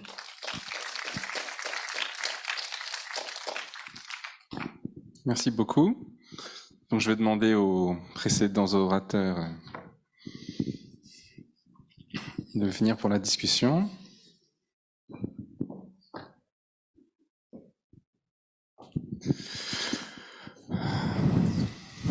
Alors, je vais reprendre plutôt dans l'ordre des exposés, ce sera plus facile. Donc, pour Jacques Grisard. Donc, finalement, ce que vous avez abordé et souligné, c'était comment, finalement, le réel de la douleur, moi, c'est comme ça un peu que je l'ai entendu, clinique, vient mettre au travail un peu tout le monde, et notamment le praticien. Et donc vous avez présenté la nécessité justement dans cette mise au travail de faire des pas de côté, de chercher à côté des lectures, des références, quelque chose qui vient faire tiers finalement, pour creuser un sillon de sens. J'ai noté ça et je me disais finalement est-ce que cette formule-là, elle ne marcherait pas aussi pour le patient? C'est-à-dire que est-ce que lui aussi n'a pas à creuser un sillon de sens? Bon. Je pose les 3 questions, puis après je vous laisse répondre, ce sera plus facile. Le deuxième point, j'ai bien aimé aussi, vous avez noté l'importance du corps du psychologue. C'est vrai qu'en général, on parle beaucoup du corps du patient par rapport à la douleur, et là, il y avait tout un passage dans l'exposé sur cette importance du corps du psychologue ou du thérapeute, avec cette question d'habiter les gestes, de trouver une signature, une manière d'être. Donc j'aurais bien aimé que vous disiez un peu quelque chose par rapport à ça. Et le troisième point, c'était la notion de l'expérience. Vous avez relevé le terme expérience en philosophie, qui a été aussi utilisé dans les années 50-60 pour parler de l'expérience analytique. De ne pas parler de cure, de ne pas parler de traitement, mais d'une expérience analytique. Donc ça me faisait un peu penser à ça, votre reprise de ce terme-là. Et l'importance des 2 corps en présence. En dernière question, qu'est-ce qu'il en est des consultations en visio? Voilà. Je vous remercie. Il faudrait que je retienne tout ça. Oui, il y a 3 questions.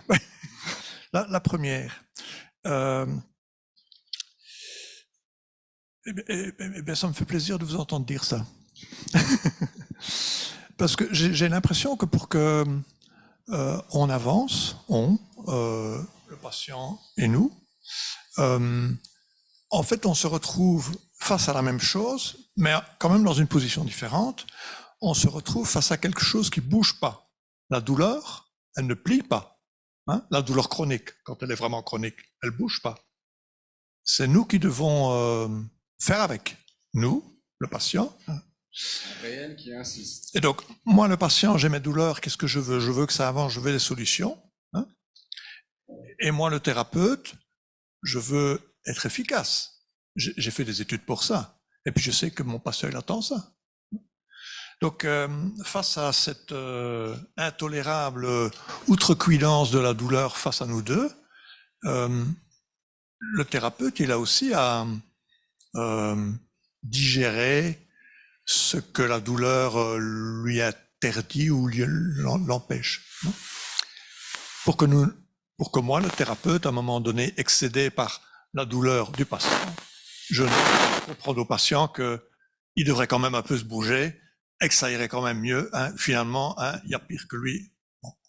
Donc voilà, je pense qu'on a tous les deux, nous, thérapeutes, et pas juste les psys, je veux dire, kiné, médecin, neurochirurgien, plus on a des armes pointues, plus on a à faire un travail sur soi, je pense. Hein. Parce que les psys sont encore relativement habitués à se frotter à leur impuissance. Ils ont déjà travaillé ça très tôt dans leur...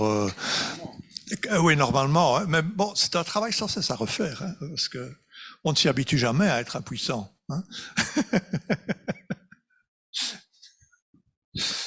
Donc, oui, moi, franchement, je trouve qu'on devrait une fois écrire là-dessus, sur le... Non, mais il faut pas rire, hein, c'est vrai. Non, mais vraiment, je crois que si on... De quoi souffrent les patients souvent? Du rejet. Hein? En plus de leur douleur, du rejet. Mais du rejet parce que ils ont été rejetés, j'ai l'impression, souvent, parce qu'il s'est passé que certaines personnes ne savaient pas qu'est-ce qui se passait dans l'impossibilité d'avancer. Et l'accusation était portée vers le patient. L'empêcheur de tourner en rond, c'est la douleur avec sa complexité et ses mystères. Hein? C'est compliqué pour tout le monde, mais il faut qu'on le reconnaisse et qu'on travaille ensemble là-dessus. Voilà. Voilà. Maintenant, je ne sais plus la deuxième. C'est normal. C'était la question du corps du psychologue. Ah, le corps du psychologue, oui. Mais pas que le corps. Il y a pas. En fait, nos corps. Hein. Mais c'est vrai que je suis particulièrement sensible à l'approche centrée sur la personne de Carl Rogers.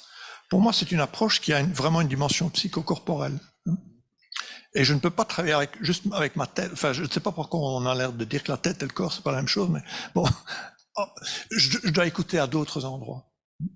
Et j'utilise beaucoup ce qui se passe en moi pour me soutenir dans mon travail et aussi pour peut-être parce que je suis une caisse de résonance, comme lui peut-être aussi. Hein, et de moins en moins, je décide de parler à la place des gens. Quand j'étais jeune, oui, mais maintenant je me dis, ils ont aussi les capacités de s'exprimer.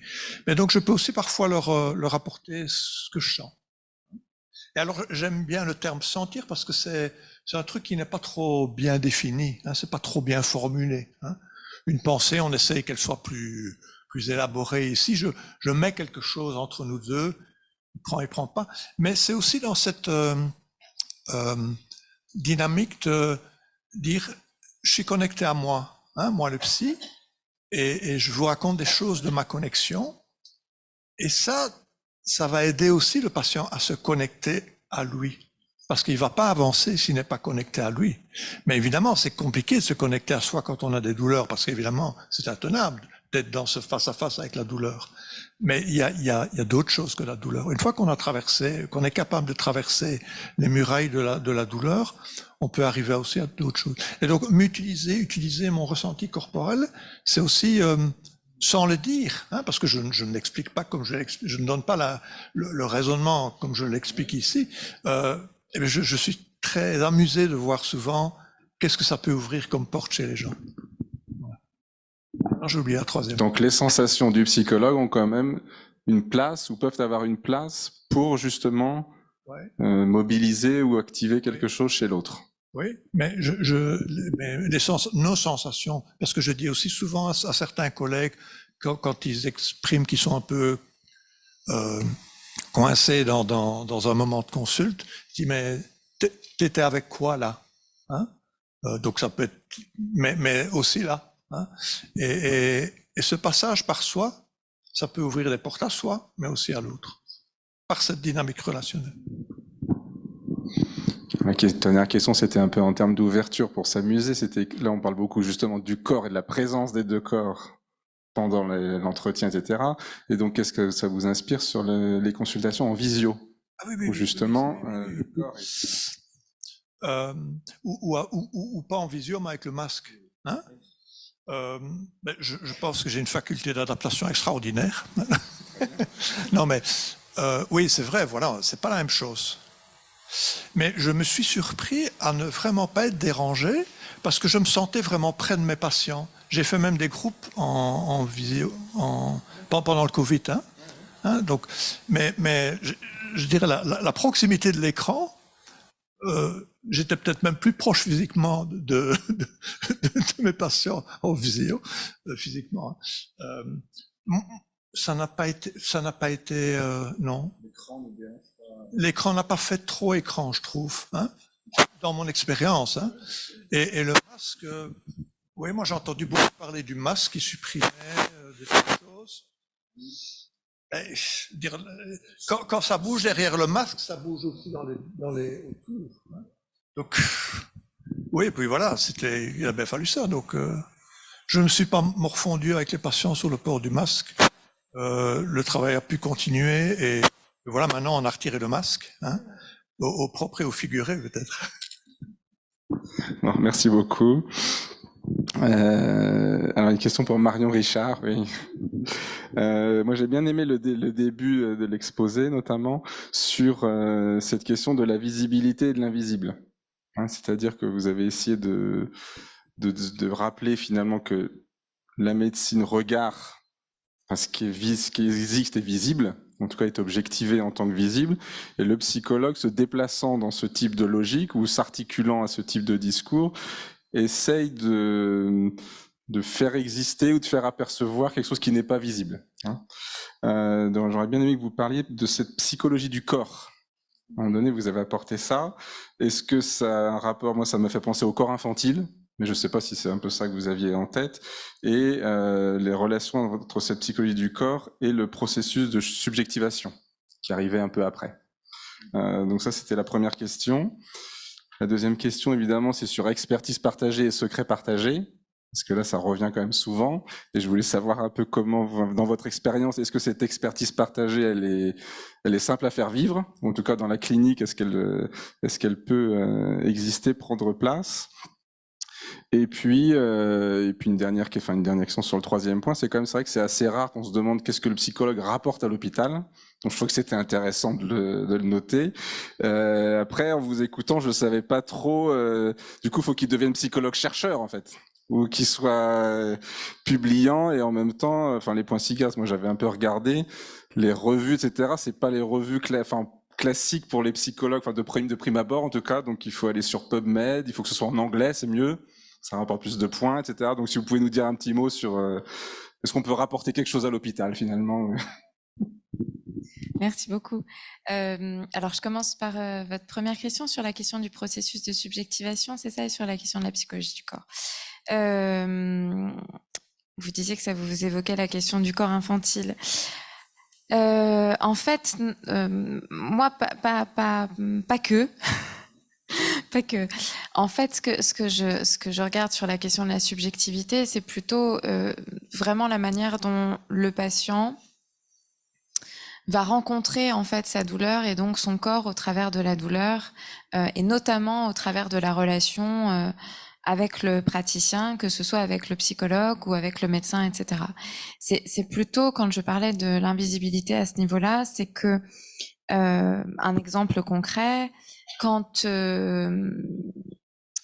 certains de mes collègues, ou plus exactement les médecins avec lesquels je travaille, quand par exemple ils vont rencontrer des difficultés avec certains patients qui leur évoquent des difficultés vis-à-vis de leur douleur, donc le patient,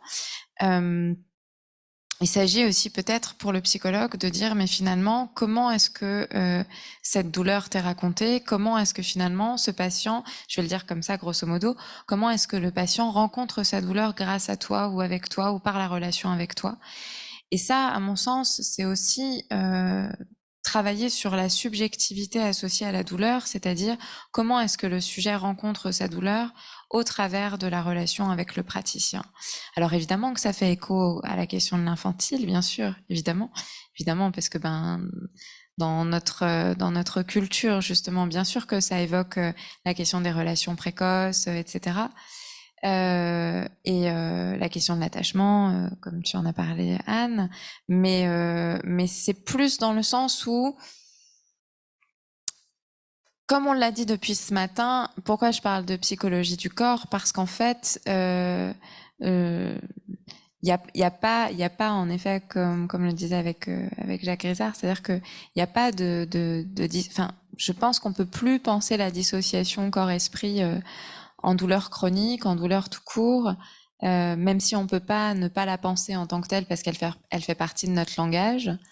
Mais il s'agit de, autant que possible, comprendre qu'une psychologie du corps existe, c'est-à-dire une espèce d'autonomie du corps d'un point de vue aussi autre que médical, autre que l'organique. Je sais pas si je réponds bien à la question, mais... Ça veut dire aussi que le médecin accepte de raconter ou de lui-même dire quelque chose sur comment il Bien perçoit sûr, c'est ça. absolument. C'est aussi Absolument. subjectivité du médecin, on pourrait dire là. Absolument. Pour moi, c'est important aussi que le médecin prenne conscience de comment en fait il se sent. On revient à la question du corps du praticien, c'est-à-dire comment est-ce qu'on se sent au contact d'une personne douloureuse chronique qui parfois peut nous confronter à nos propres limites corporelles, à nos propres échecs corporels, à nos propres difficultés. Et je pense que la rencontre, en fait, est presque le partage autour de la psychologie du corps passe aussi par le fait de pouvoir parler de ça aux praticiens avec qui on travaille et qui ne sont pas psychologues de formation, à mon sens. Mais ça n'est que mon avis. Sur la deuxième question, ah oui. Ah bah c'est une vraie question. Pour moi c'est un problème. Pour moi c'est un problème parce qu'on sait jamais si on en dit trop ou pas assez, et on sait jamais. Enfin moi personnellement je sais jamais si j'en dis trop ou pas assez, et si ce que je dis ça va forcément servir de la manière dont égoïstement j'aimerais bien que ça serve, pour le dire comme ça. Et du coup c'est compliqué. Parce que j'ai vraiment un souci avec le fait de pouvoir partager un certain nombre de choses qui me sont confiées en fait pendant les séances, comme nous tous et nous toutes ici, je suppose, et de voir comment en fait ça peut être rapporté sans travestir la confiance, sans trahir la confiance, sans travestir en fait la parole, comment je pourrais dire, c'est pas l'intuition clinique, mais en tout cas sans travestir en fait ce qui a pu se passer au travers de la relation avec le patient, pour pouvoir en élaborer quelque chose de manière, alors parce que théoriquement ça c'est dans mon utopie, de manière en fait incarnée avec le discours médical et donc ce qu'on pourrait proposer d'un point de vue thérapeutique aux patients. Mais en fait, dans la réalité, j'ai toujours la sensation que c'est dans de l'à côté. C'est dans de la juxtaposition éventuellement. C'est du genre, ben voilà, médicalement parlant, voilà ce qui se passe. Et puis à côté, il y a ça aussi. Et en fait, du coup, ça ne s'incarne jamais. Le corps-esprit dont parlait Antoine Bioy ce matin, il y a jamais de moment de rencontre, en fait, de ça. Enfin, après, je suis peut-être hyper pessimiste, voilà. Mais en tout cas, la plupart du temps, c'est compliqué. Et vraiment, c'est ce que j'évoquais aussi dans mes diapositives sur comment est-ce qu'on en parle de cette expertise. Et vraiment, enfin, c'est quelque chose, c'est des réflexions qu'on a très souvent avec mon confrère ici. C'est-à-dire que comment est-ce qu'on parle de quelque chose? Comment est-ce qu'on apporte notre expertise pour que déjà elle soit entendue comme une expertise? Ça déjà c'est une vraie question. C'est-à-dire que ce qu'on rapporte, c'est voilà, on l'a pas appris dans psychologie.com quoi. Et de voir. Et là je parle de manière générale. Je parle pas forcément qu'au sein de nos services. Hein, et de voir comment en fait ça peut être utile aussi. Donc j'ai pas de réponse à ça parce que il me semble que c'est vraiment un travail de tous les jours. Pour moi, c'est un travail culturel où ça appartient à la question du métissage. Ce matin, on parlait du psychologue migrant. Pour moi, il y a une question du métissage qui doit se faire nécessairement entre les disciplines, en fait, entre les disciplines médicales, psychologiques, etc. Et ce métissage-là, il est compliqué. À mon sens, je pense qu'il est compliqué. Voilà. Ça serait peut-être un aiguillage de réponse pour moi. Merci beaucoup. Je vous en prie. Est-ce qu'il faut devenir publiant ou chercheur? Ah oui, oui. C'est juste pour... Oui. Alors, c'est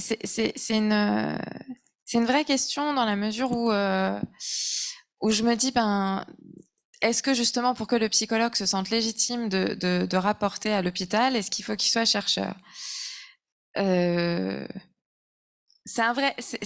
une vraie problématique que je partage moi personnellement. C'est-à-dire que la légitimité de mon Tamphir, j'arrive à la concevoir avec moi-même parce que justement, je m'intéresse à la recherche, etc.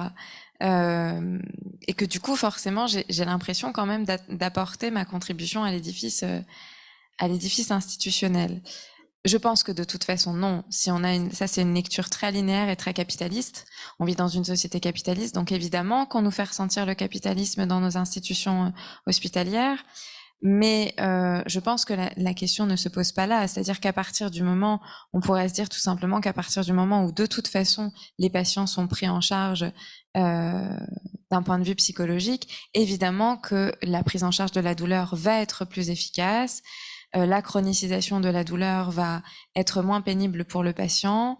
La chronicité des symptômes va être moins, comment je pourrais dire, désavantageuse pour sa vie sociale, son insertion sociale. Et donc, forcément que ça rapporte à l'hôpital, parce qu'un patient qui est mieux pris en charge, c'est forcément un patient qui consomme moins d'actes médicaux d'une certaine manière. Donc, notamment pour la sécurité sociale. Je dis donc, bon, est-ce qu'il faut nécessairement être chercheur? Je dirais que non, pas forcément, parce qu'il y a des cliniciens qui se sentent très bien dans la clinique, mais je trouve qu'on a trop tendance à antagoniser, je sais pas si c'est français, mais voilà, à faire un antagonisme entre la recherche et la clinique, et je pense que ça vient de là aussi, le fait que on a du mal à mettre docteur devant nos titres, parce que en fait, il y a vraiment un truc où soit on est clinicien, soit on est chercheur, mais en fait, non, je pense qu'on peut complètement être les deux. Et puis à partir du moment où on est clinicien, on recherche aussi, pas de la même manière, on n'a pas la méthodologie, mais voilà. La bonne réponse, et encourageante en tout cas. Merci beaucoup. Et puis alors pour vous, donc sur l'éducation thérapeutique, donc c'est un modèle complexe, ambitieux, vous l'avez bien présenté. Je trouve que c'était vraiment intéressant de voir les différents jalons, les différentes constructions, les modèles sur lesquels ça s'appuie, en tout cas auxquels ça se réfère pour essayer de penser ce dispositif. Donc, vous avez parlé de co-construction du soin, donc sur un modèle un petit peu contractuel, en fait, ou en tout cas essayer de contractualiser quelque chose avec une recherche, ou en tout cas, j'ai un peu perçu ça, une autonomisation du patient. En tout cas, je reformule un peu, mais vous allez me dire si c'est... Et donc, la première question, c'était ça, justement. Est-ce qu'il n'y a pas comment vous percevez, vous, comment vous arrivez à articuler ces compétences d'auto-soin, en tout cas prendre soin de soi, et tout ce qu'on a pu dire un petit peu aujourd'hui sur l'importance, justement, de la relation, en tout cas quelque chose de la thérapie par la relation. Ah oui, l'autonomie, soit on est dans un modèle un petit peu comme on dit, c'est soit tout seul, autonome, ou l'autonomie relationnelle. C'est-à-dire aussi comment le sujet a à travailler ou à élaborer quelque chose par rapport à ça et comment eh bien, ce dispositif ou le TP peut aider ou favoriser des choses. Ça, c'était la première question. Puis il y en a une deuxième pour compléter, puis après il y aura peut-être comme une ou deux questions dans la salle si on veut ouvrir un peu. C'est à votre avis, avec votre expérience, qu'est-ce qui fonctionne dans le TP en fait? C'est-à-dire les effets, enfin si vous constatez, vous observez des effets thérapeutiques, vous l'avez un peu parlé à la fin, enfin vous avez un petit peu abordé. Est-ce que c'est parce que le patient est objet de considération, qu'il est pris dans quelque chose où on s'occupe de lui? En tout cas, on essaye de voir avec lui, etc.